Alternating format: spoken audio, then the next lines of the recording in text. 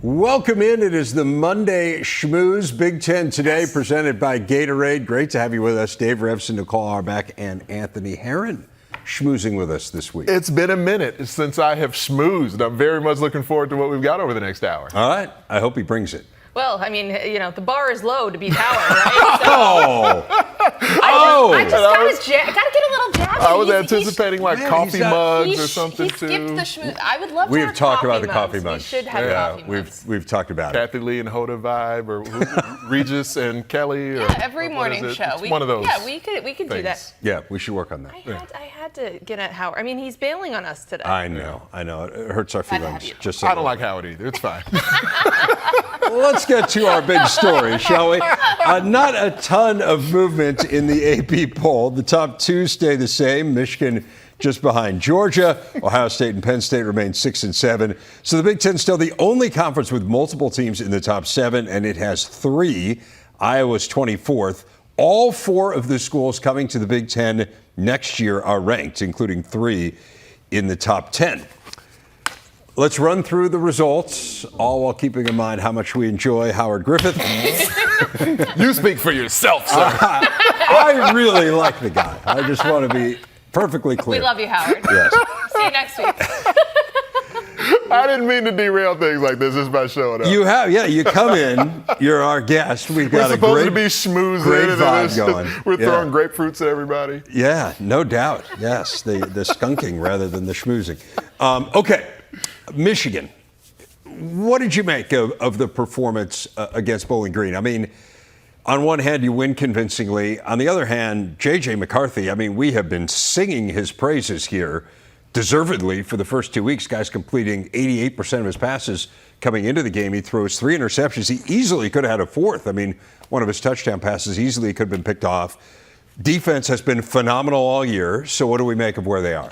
It was a very weird game.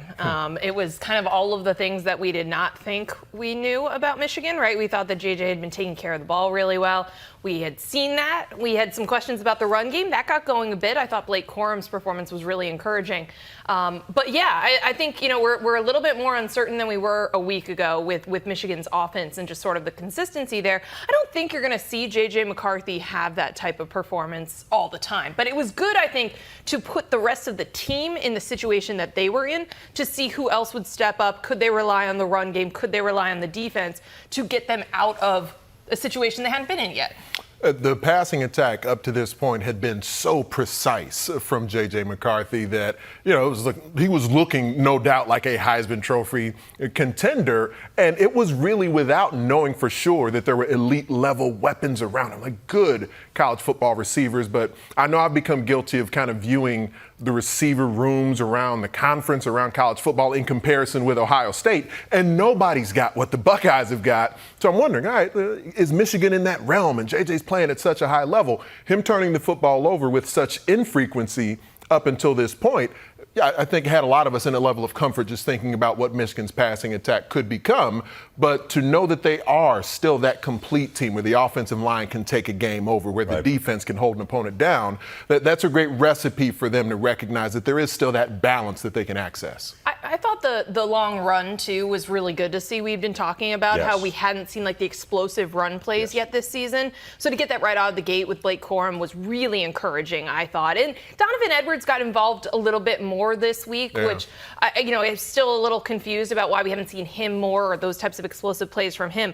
But so I think there are positives that you can take away, even though it was a very strange game and not what you want out of the passing game. Agreed. I wonder a little bit about the offense this week against Rutgers, which is an elite defense. Right. We'll have a chance to talk about them a little bit later in the show and obviously talk about that matchup as we go along this week, as we anticipated here on the Big Ten Network on Saturday. But you look at where Michigan is offensively, and again, we're talking about them through the lens of can they win a national championship? Exactly. All right, that is what we're talking about. We're not asking are they a good team. They're clearly a very good team. Last year in the non-conference, they averaged better than 55 points per game. They're 32 this year against what is not a very challenging schedule. So I think it's fair to ask a little bit of, hey, what's going on there? We've been asking that question about Ohio State now for the first couple weeks, and then they come out and they scored 5 touchdowns and 10 offensive snaps against Western Kentucky. So I would say they answered in somewhat of a resounding fashion. What do you make of what we saw from the Buckeyes? Really looking like the team you expect them to be on offense, I thought, for the first time all year. Ryan Day looked and sounded more pleased after the game for obvious and understandable reasons with how things went. And that receiver room, as they have spread the football around, we've seen how combustible that passing attack can be in the past. And now we're seeing a version of that with Kyle McCord as the quarterback, with the entire football team, the program behind him, and saying that that's our QB. And whatever level of confidence that instilled in him is part of it, but he's just getting reps. Think about the early games of C.J. Stroud and of Justin Fields and what that looked like before they really became that Heisman caliber player that each turned into as a quarterback. There's such a high standard now for that Ohio State passing attack that a decade ago wasn't there. But now, over the last handful of years, we expect they're supposed to be elite every single possession on the field. It wasn't that in the first couple of games. It was on Saturday, and now this is, especially when you add that defense into it, that Jim Knowles is like under the radar, playing elite level defense now, leading a defense, shutting folks down for Ohio State. It's looking more like a complete team after Saturday. It's a great point because we had talked about this going into the game about Western Kentucky's explosive offense and how much they brought back. So I think that was a really good test for that defense. Also, though, in general, I think, as to your point about Kyle McCord, he's getting more comfortable. The more that we've seen him with each passing quarter, and then obviously to be kind of named the guy and to be the starting quarterback, even though he did the starting quarterback, but to get that official vote of confidence, I absolutely took off. And that second quarter, I think, is such an important quarter for them because that's exactly what we thought about this offense, that they could be quick strike, they could be explosive, that Kyle McCord would get the ball into his best receivers' hands, and he did all of that. And so that's where I think Ryan Day has been wanting to see that type of showing because he wants the quick strikes and the explosive plays, in addition to establishing the run game and the offensive line and all those things. But he wants them to put up points quickly like that. No doubt, and so do their fans.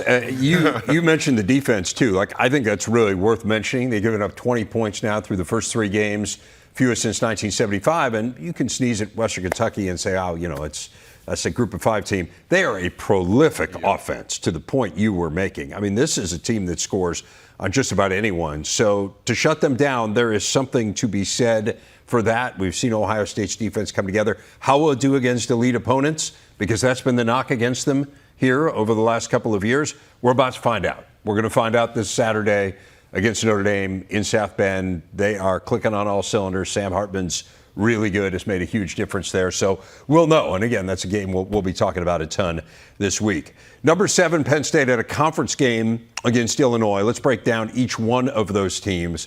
Start with the Nittany Lions.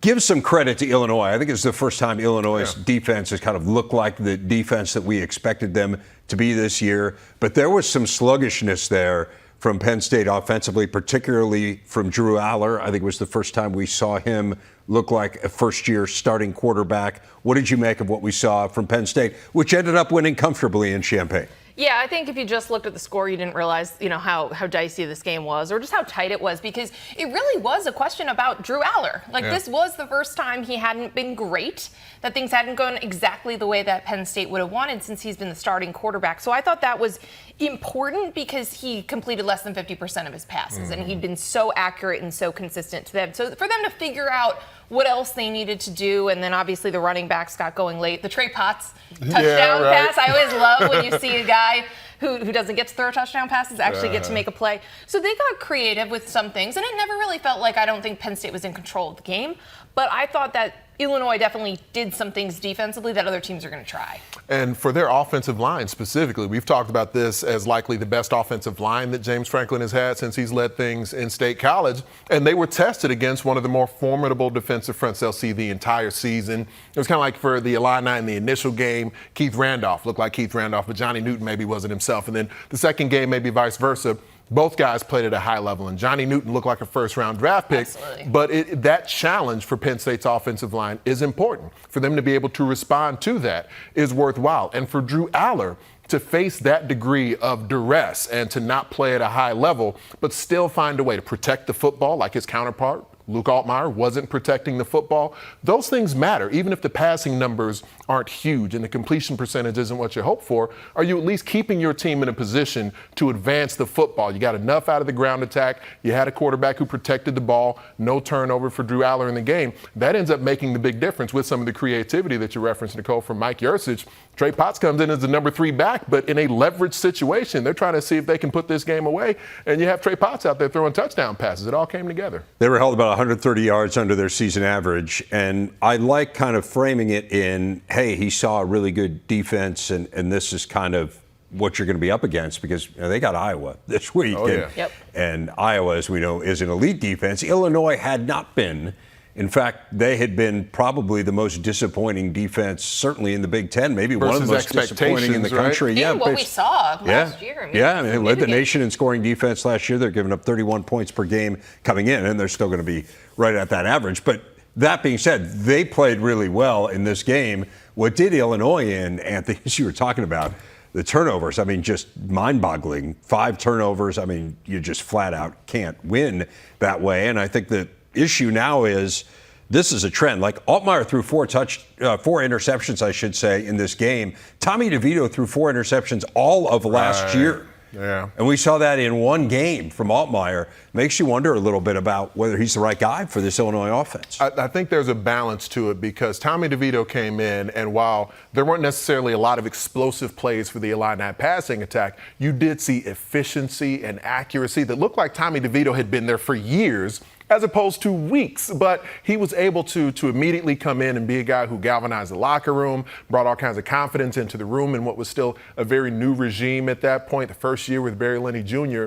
as the offensive coordinator and play caller, and Luke Altmaier. So that right now is at least the expectation, sort of the standard of what was there from Tommy DeVito. What they are trying to see if they can access, my impression is that they want to see how much can we grow that passing attack, because you don't have one of the nation's leading rushers like they had from Chase Brown last year. You do need to call for more from the offensive passing game, and the defense isn't quite what it had been in the past like we're talking about here. So there is a balance to that. But Brett Bielema spoke about it after the game. Protecting the football is paramount in those leverage situations, in key moments against great teams. And it's going to be hard to win without protecting it. But if you're not running it at an elite level and you're not defending it at an elite level, you do need to take a few more risks in throwing the football. And that's a part of that balance that they're trying to strike with Luke Altmaier. Yeah, I think the Chase Brown piece is such an important one as we think about how this offense is working. Like, yes, absolutely, Tommy DeVito, controlled the ball. He didn't make mistakes. But we also had wondered, is there a higher ceiling to this offense under him, right? But then the run game was doing the run game things, and you do it, you stick with what works. So not having that, and then also falling behind in games and then needing to throw it to come back and maybe take some of those riskier plays, it's just a bad formula for them. And, we were talking about just how that close call in week 1. And, okay, Toledo's good, and Luke Altmaier had this throw that he didn't know where it was going to go. But maybe that was a little bit of a warning sign about just how unpredictable some of the pass game was going to be, or that they were going to struggle against teams that I think last year they wouldn't have. They are literally that 1 4th down conversion away from being 0-3. Yeah. Again, you don't want to sound the alarms. I think there was a sense maybe there would be some transition this year with the Illini, but there was also a sense they could compete for the West, and perhaps they still can. Not going to say they can't. I think this schedule works out great for them because this is the easiest of their 3 non-conference games. And that maybe says, again, that's not a slight on FAU. Like, Toledo is really good, and obviously Kansas is good. So maybe this works out a little bit to, hey, we can figure some things out this week then before you head into the meat of conference play. As for Iowa, we're talking about them in the context of that game against Penn State this week. You're raring and ready to go. He was there. Yeah, you got a chance to call the game. You're obviously fired up about your alma mater there. 41 points, Anthony. What do you make of this offensive outburst? The offensive line, that was the best that Iowa's O-line has performed in any game so far this season. And growing week over week, that's key. That's what Kirk Ferentz teams tend to do. What his best teams end up doing is playing their best football as the season progresses here. And there were a lot of high hopes for an O-line that returned experience and had some continuity up front, and seeing if that cohesion could make them back to being a dominant rushing attack. And through the first couple of weeks, they weren't necessarily that. They weren't necessarily dominant. They were better against Iowa State than they were against Utah State. They were better this past weekend in Iowa City than they had been in either other contest before that, and especially Logan Jones at the center position. So that's the highlight. You have depth at running back because Caleb Johnson was injured. Jazzy and Patterson gets hurt during the game. LaShawn Williams goes off. So they're deep in the backfield, and the O-line is getting better and better. Passing attack is still this combination of Cade McNamara getting to learn his new teammates, his pass catchers, and also he's been hurt. I was talking about Tommy DeVito last season where he comes in at the last moment, transfers in, and is at least extremely efficient while not explosive, but he's not turning the football over, and there's rhythm to the way the Illini operated. Iowa doesn't have that yet. McNamara, I was talking about it during the broadcast the other day, still just a beat late on several throws, and Brian Ferentz, understandably, got frustrated with that, especially late in the first half. And Cade McNamara, he's an experienced guy, he's a veteran guy, he knows that, he's been around intensity, but he just hasn't had practice reps on the field with these guys. And as he gets healthier and healthier, I would imagine that will continue to enhance what this Iowa passing attack can become, because they're likely going to need it against Penn State this weekend. And Luke Lachey's injury is not helping. I mean, we know the way that Iowa's offense uses tight ends and just sort of what a safety valve that is. You still have Eric All, and that's someone that Cade McNamara had been a teammate with previously, so hopefully there's some chemistry there. But I think the establishment of a run game, and also I thought the pass protection was pretty good. Like there were a lot to like with the offensive line. 254 rushing yards. Again, you mentioned Caleb Johnson was out, different guys stepping up. That's really encouraging, and that will help the passing game and take some of that pressure off Cade McNamara as well. But absolutely, this was the worst performance we've seen from him in an Iowa uniform, and they still scored 41 points. Like, that is what is, I think, very encouraging, was the way that they were able to pile up the points and pull away and create that separation, because that's something that we have not always seen from Iowa in recent years when they do rely on that defense and the special teams. And the defense is still phenomenal. This was the 12th time in the last 16 games they've given up one touchdown or fewer. That's just remarkable. It'll be a challenge to do that, no doubt, in Happy Valley against Penn State. Should be a really good game coming up on Saturday. Our big stat presented by Gatorade. Maryland, a 42-14 win over Virginia Friday. It was the Terps' 11th straight non-conference win. Only Georgia and Wake Forest have longer streaks nationally. They have averaged nearly 43 points per game in 14 non-conference games under Mike Locksley, winning 13 of them. And yet, for a brief period on Friday night, it kind of seemed like they might not get that win. They were down 14-0 for the second straight week, and then they just put the pedal to the metal. This is the offense that we have expected to see from Maryland, and it was kind of jump-started by a kickoff return. Lot to like from what we saw from the Terps after their second straight slow start. Yeah, we just need to spot them 14 points, or Mike Locksley just needs to tell them they're down 14. Yeah, you're down 14. So Exactly. Let's go. That's the locker room speech pregame. We're down 14. Let's go. Because this is 2 straight weeks, and that's been the biggest problem that we've seen from them. Otherwise, a lot to like. I mean, the kickoff return for a touchdown was electric, and we know that they have those electric players. You forced turnovers, and Leah just had a performance that we expect to see from him. I mean, he owns all of the records of Maryland as a passer for a reason. And so all of those pieces are there. It's just the falling behind early. And I don't know how you fix that. We could joke about it, right? There's like a mental piece to that, but also just coming out and being ready to start the game. But everything they do to respond to that is encouraging. When Mike Locksley said before the season that he felt like this program is ready to compete for championships, honestly, what championship teams end up doing is when they don't have their best game, when they're not at their peak, how do you respond? How can you sort of, gin up some of that additional juice that you need during the game? And we've seen Maryland now 2 weeks in a row do that. So, color me optimistic, but I do think this is a positive sign for the Terps, because there have been games in the past where they didn't start well and then things just went downhill from there, or even specifically to his quarterback, Talia Tagovailoa. He has talked specifically to Talia and about Talia's mental makeup and emotional makeup in those moments where things aren't going well, and how the team responds to him. And we're seeing a quarterback that's able to galvanize the sideline, galvanize the locker room, and be the leader that now the team needs to say, maybe my play, maybe our play right now isn't what it needs to be, but we can pick this thing up. And we've seen them now back-to-back weeks do it and look like one of the elite offenses in the country. That's a big statement. It's one thing to have the talent to do it. It's another thing to say that we're not playing great early, but now let's put our foot on the throttle and hit another gear. Maryland's done it a couple of times here. I think think it's also important as we looked at that record of their non-conference performances.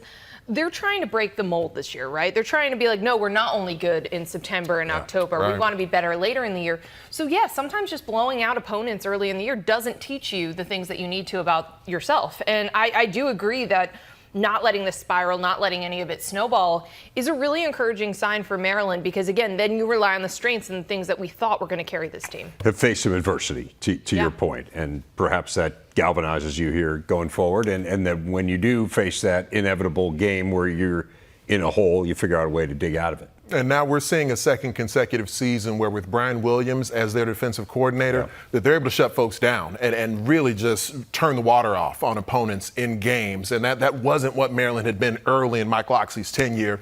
We don't talk about Brian Williams as much as one of the sort of top young defensive minds in the sport, but the statistics back this thing up with what Maryland has become, especially the secondary. Tar Heap still with a couple of picks in this game too. This Maryland defense will end up being something that's more formidable this season than we've seen in years past. Plus 4 turnovers. They intercepted passes on 3 straight possessions late in that game. So speaks to what you're talking about. Wisconsin also started sluggishly in this game against Georgia Southern, Anthony, but then turned it on and played about as well as we have seen them play down the stretch. What did you make of what we saw from the Badgers? I mean, not the overall dominant sort of Wisconsin performance, but Georgia Southern is a program that, they've been sort of giant killers at times of recent vintage, and there's an opportunity for them to maybe do them. And Wisconsin did have to respond in that moment, and it can be a little bit different when you have some new personalities in the locker room. You got a new coaching staff coming in, because those times happen in a game where you need to just look into each other's eyes and just see what the chemical makeup of a team is. And Wisconsin has been able to respond to that. Responded better over the weekend than they did the previous week when tested by Washington State. And so hopefully that's a bit of a threshold now for the Badgers to say that we have some additional sort of trust in each other and the playmakers in key moments being able to step forward and get this team out of some of those doldrums that they had, leading to a victory. The defense coming up with some takeaways as well. There's a lot of experienced personnel that returned from their previous seasons on defense that didn't play that well last year. But now we see a Badgers defense, even if the rushing attack isn't as dominant as we saw in the past, this defense is keeping them in games while they figure something out offensively. What's strange about the defense was the numbers and the stat lines and the takeaways were really impressive, but I don't think you could say that they were great against the pass, right? And so I think you still have a lot of questions overall, because you look at the takeaways and you would say that this was a dominant victory, but you had 3 takeaways at the half and it's tied. And it didn't feel like the defense was necessarily controlling the game that the stat line would indicate. I would also say that I don't know that they have an offensive identity yet. I still have a lot of questions about what they want to be, what they want to rely on, what we should expect from them. It's changed week to week, and it was Braylon Allen's run that really jump-started this game for them. But we've seen games where they've tried to establish a run. We've seen them try to throw the ball. And Tanner Mordecai, I thought, actually played really well in this game, especially, like you said, down the stretch. But I still don't know what their identity is as an offense. Well, they were balanced in this game. It's the most balanced we've seen them this year, right? Over 200 yards passing and rushing is the first time they've done that this season. They only did it twice last year. But I hear what you're saying, and I also hear what you're saying on the defense. I mean, you give up 383 passing yards. And again, this is Clay Helton team. They can throw the ball around. They've given teams trouble. They beat Nebraska last year. But it's not a perfect performance by any stretch. But scoring the last 28 points in the game, pulling away, you certainly feel better than you did a week ago, no doubt. Nebraska feels a lot better than it did a week ago. They get a win against Northern Illinois. And it really wasn't in doubt. It was a comfortable win. It was a win that Husker fans could enjoy and could celebrate. It came against a team that beat Boston College earlier this year. And, man, that defense is really good. Yeah, we've been talking about it for 3 weeks now, and it's the real deal. And that's where you've seen the biggest improvement since Matt Rule has gotten there is, they're in the right positions, they're prepared, they're tackling way better than we saw it in the Scott Frost era. And so I think that's going to be the backbone of this team, especially now that we've seen a couple different quarterbacks and they've got to figure out some things offensively still. That looked better. That looked easier for the Huskers as well. And I agree, Dave, I think the fact that it was never in doubt, that it wasn't dicey, that it was easy and you could feel good about your team the whole way. That's exactly what they needed to build some confidence. The approach that they took offensively, running the quarterback in a called capacity. You and I were talking about this a bit last Wednesday, and it wasn't with Jeff Sims because he wasn't healthy. Right. But that, to me, can be a turning point for this season. Also, I understand confidence in your starting quarterback, wanting to air the football out. But this may just be what suits Nebraska for the 2023 season, whomever is in at quarterback. But utilizing the mobility, the athleticism of that position to control the clock, to pick up first downs, to keep the football out of harm's way as long as the QB center exchange is clean. You get it into the hands of a playmaker, you block it up front, and you advance the football. That was the approach of the Cornhuskers. And your defense can take the field with even more verve, more energy. And we've seen the defense perform well this season, even in scenarios where the offense hasn't been aiding them. Now in a game where the offense is advancing the ball and playing well, we see a Nebraska defense that has elite level potential. You know, maybe they don't access it on a consistent basis, but you can take the field with energy when your offense controls the football, and they accomplished that. They did do that. We talked about Jeff Sims as a running quarterback and that's one of the reasons you want him in there. I mean, Heinrich Harburg ran for nearly 100 yards in this game and took care of the football. I think there's going to be some discussion among the fan base this week, that's for sure. Again, we'll see whether or not Sims is healthy and ready to go as they host Louisiana Tech coming up this week. What about undefeated Rutgers? Anthony Herron just ran over Virginia Tech. Ran over them, ran around them, ran through them. The rushing attack for Rutgers is a huge part of things. Even Gavin Winsett is able to run the football in a way that we didn't necessarily see him early in his career begin to do. But being able to take off, showcase his athleticism, and Monangai getting the ball and getting into space, putting up yards that we haven't seen a Rutgers running back have in a number of years here.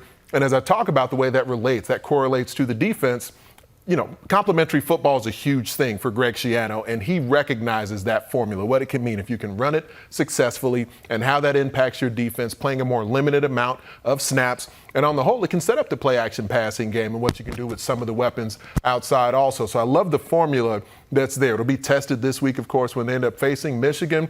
But another 3-0 start for Schiano and Rutgers. It's going precisely like he would be hoping it would go, where both sides of the ball, the rushing attack on offense and this defense that can really create so much havoc for the opponent, really imposing their will. Yeah, Kyle Monangai has obviously been, I think, the MVP for this team so far. I mean, he's given them sparks. He's been reliable. He's putting up a lot of yardage. He's getting in the end zone.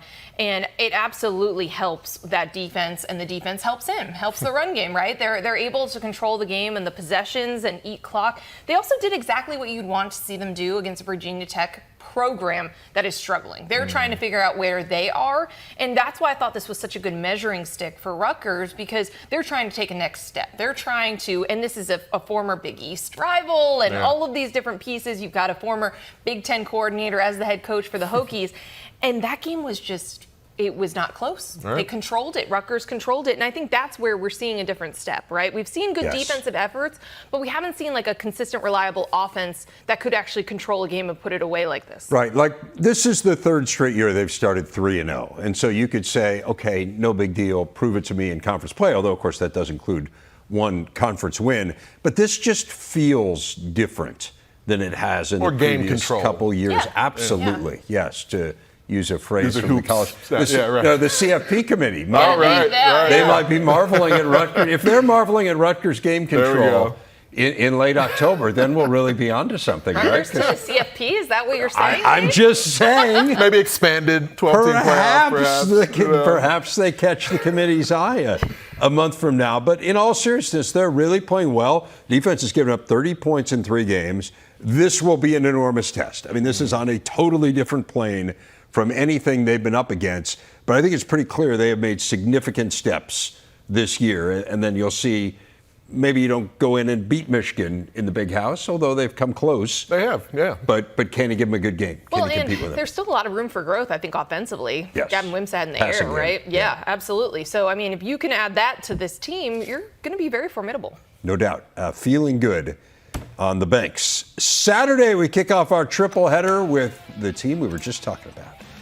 Rutgers against number 2 Michigan, then Nebraska taking on Louisiana Tech, and Illinois battling Florida Atlantic. And then in primetime, Minnesota scoring off with Northwestern, Indiana facing Akron. All Saturday, only on the Big Ten Network and the Fox Sports app. Go to btn.com/gamefinder for channel locations in your area. The Big Ten had 7 non-conference matchups against Power 5 foes this weekend and only won 2 of them. The wins, of course, we've already discussed, Maryland and Rutgers. Now, 3 of the 5 losses did come against ranked teams, with Michigan State, Minnesota, and Northwestern all falling in those. In all, though, 4 of the 5 defeats came by double-figure margins, and none was more lopsided than Michigan State's 34-point loss to Washington, which frankly wasn't that close. I think the final score's deceptive in Michigan State's favor. They gave up 713 yards, the most they've ever given up in any game in the history of Michigan State football. It has been a challenging week. It was against a really good opponent. But, man, it was an ugly performance. Yeah, and even if you look at the final stats, 261 yards of offense, like, you got to take out that 100 at the end when the game was well in doubt, not in doubt. And so I think, you know, I come away from taking this from a national lens with just saying, wow, Washington is really good. Like, they've got an NFL quarterback and 3 NFL wide receivers. But it's absolutely not what you can do if you're Michigan State. You're going to have to figure out how to bounce back from this and get something going offensively. And then also, what are you going to do if someone else just tries to pick apart your secondary like Washington did? No one's maybe going to be able to do it at the extent that they did. But those types of routes and the pressure that they were putting on the defense and the back end of the defense is something that other people are going to try. But it's really hard to evaluate this for me, I think, because Washington's played better than anybody else in the country so far.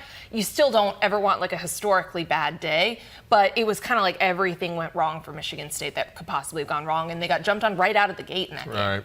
And the emotional toll that locker room likely went through last week. I've been talking about kind of the chemical makeup of teams and what that ends up meaning to the formula of trying to respond to adversity in a game. And it can be really difficult to do that in the best of circumstances. And where Michigan State found themselves last week, to be able to respond from the onslaught that they got from Washington on the field, you understand why the players couldn't necessarily find it, you know, within them to kind of respond in those moments. I do wonder then where the season ends up going from here. They're going to face very few offenses. They certainly got a couple other ones in the Big Ten East that can pile some points up, but they will face very few offenses that can access the deep game, the chunk passing game, the vertical lens of throwing the football in the way that Washington can. And I was really impressed with Michael Penix Jr. because this was a better defensive front than the one he faced in Seattle last season. There were some moments where he was under some duress, and he still found a way to deliver the ball downtown, even with heat in his face. This is a Washington outfit that certainly looks like a national championship contender, not just with Kalen DeBoer's offense, but William Inge, their defensive coordinator, former Big Ten football player, former Big Ten football assistant coach. Their DC has been able to do things for Washington that separates them from where they were last season. The Huskies have a defense that's growing to a championship level as well. Yeah, and then for Michigan State, I mean, that was part of it, right? They couldn't throw and they couldn't run the ball. Right. And those are the two things. You got to figure out one of those you're going to rely on. It's a rough combination. It's a really hard way to win. You guys talk about, well, will they face teams this prolific in the Big Ten? I'm not sure there are many teams as prolific as Washington anywhere, but they have Maryland next week, and Maryland can chuck it around a little bit, with too. Another lefty quarterback also. For whatever. Yes. Oh, well, no, his brother's the lefty. So He's all right, yeah. Right. So they found out just how good Michael Penix Jr. is, and I would say Minnesota found out just how good Drake May is. He is really good. They went into Chapel Hill. They made it a little more respectable, it felt like, at the end. I mean, this one felt like it had some blowout potential, but still never really in doubt. And a tough day for Minnesota, particularly that defense, which we've sung the praises of. Yeah, and it was interesting because we talked about this on Friday coming into the game, what we would see out of North Carolina because they'd been relying on the run game. And then we saw Drake May and the theatrics of the passing game and what they were able to do against Minnesota. The game kind of went the way that I was expecting it to, just with the strengths of North Carolina and the improvements we've seen from them defensively this year, which has been a question for them for a couple of seasons now when they've had these great quarterbacks. But I think you've got to be concerned about Minnesota's offense, and especially at the quarterback position, what we've seen there, because they just really couldn't get anything going. And it's a little, obviously they lost, Tanner Morgan was just such a steady presence there, and, you had all these other weapons in the run game and the passing game. But that part, the fact that they really couldn't get much going against North Carolina, even with an improved defense, that part surprised me. And with good reason, surprising, with good reason, concerning from a Gophers perspective also, because if you can't throw the football at a high level, you'd like to be able to control the clock with the run game, just like we were talking about with Rutgers a moment ago. And Minnesota just hasn't gotten to the point where they can consistently establish either. And there's a standard that the Gophers have set with their run game over the years where, having a running back go for over 100 yards, most teams would say, hey, that means we ran the ball great. But for Minnesota to only control the clock for less than 27 minutes in the game, that's not the standard of run game and clock control that Minnesota's offense usually sets, where now that Joe Rossi defense takes the field with energy. And one of the main concerns I had coming into the season was whether or not Minnesota would be able to really rush the opposing quarterback. And when you have these elite level passers that we saw several Big Ten teams face over the weekend, and you're putting very limited duress on a Drake May, then he's back in the pocket, he's comfortable, and then you have, backup quarterback comes in, throws a weather balloon up there, it's picked off at a moment where the game is still in the balance, and it makes life really tough. Another thing that puts pressure on the defense is those third downs, and they really struggled to get off the field in this game. 12 of 17 on third down, and the Tar Heels were 3 of 4 on third and long. So all of this was kind of like piecing together not in a great way when you don't have a passing game that can really be effective. And all you've really got is a run game that's really hard when you're down early. Right. Yeah, Taylor is encouraging. You have to be encouraged by him back-to-back 100-yard games, the first Gopher to do that as a freshman since Lawrence Maroney. So that's some pretty good company to be in. Northwestern was down in the Triangle area as well on Tobacco Road. Did not go well at all against Duke. What do you take from that performance?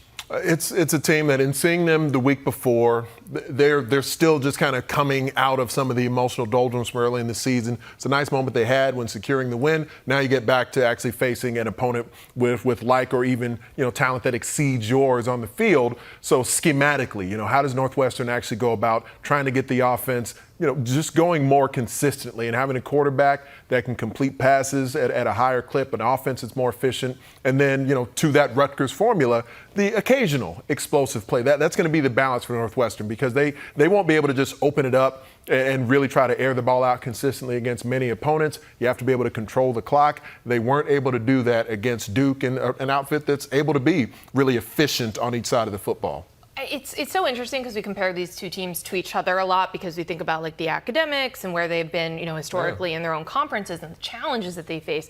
But if you look at Duke, that's what Northwestern should be trying to do. It's what they did do for a long time. They did do for a long time. But it's about, they hired the right coach. Right. Who is defensive minded and really shored up things, really analytical approach to the way that they approach things defensively. Then they're maximizing the talent on that roster. Riley Leonard did not come in as some blue chip prospect quarterback, and they've developed him and they built him up and they put him in positions to succeed, and he's been good on the ground, he's been good with his arm. But this is just a program build. Like, this was not an easy overnight fix, even though you saw 9 wins in the first season for Mike Elko last year. But this is the model. It's about investment. It's about getting the right players in, evaluating, finding under the radar guys and developing them, and winning in this era of college football with the portal and the restrictions for academic schools. Like, if Duke can do this, Northwestern can do this. Right. And it's for a decade and a half, Duke was saying, well, if Northwestern could do it, we could probably do it. Yes. And it has been flipped on its head, no doubt, as Duke is clearly the superior program after Northwestern was for many years. What about Syracuse and Purdue? The Boilermakers are still having nightmares of watching Garrett Schrader run through them. It just could not stop him at all. Frankly, couldn't stop him through the air either. It's the second game this year where we've really seen Purdue's defense struggle. Yes, and they just really didn't know what to do with him on the ground. I think that was the part that was really apparent to me, was just that he could kind of do whatever he wanted. They've had 2 years and 2 really frustrating games against Syracuse. There's something about this team and the way that they put pressure on Purdue that's really hard for them to manage. And I'll also note, fumbles and turnovers, all the stuff that we hadn't seen from Purdue through 2 weeks. Really got to get cleaned up, because you're never going to have a chance to win with that. And that was the main reason they lost to Syracuse on the road. Last season, a lot of self-inflicted wounds. And this season, a lot of it was about alignment and the QB run game and just that getting out of the gate, not having an edge to the defense. One of those things that, just like earlier in the season, the pass defense, having things that feel like they'll be easy for Ryan Walters to clean up. I think this would be an example of one, the run defense. Some easy things to clean up just with run fits in the QB run phase. 11 penalties, too, aren't going to help you. Right. You fumble 7 times, you commit 11 penalties. It's really, really hard to win games. What about Indiana? They end up losing to Louisville. They were down 21-0 at halftime. They'd given up more than 300 yards. This looked like it was going to be an absolute rout.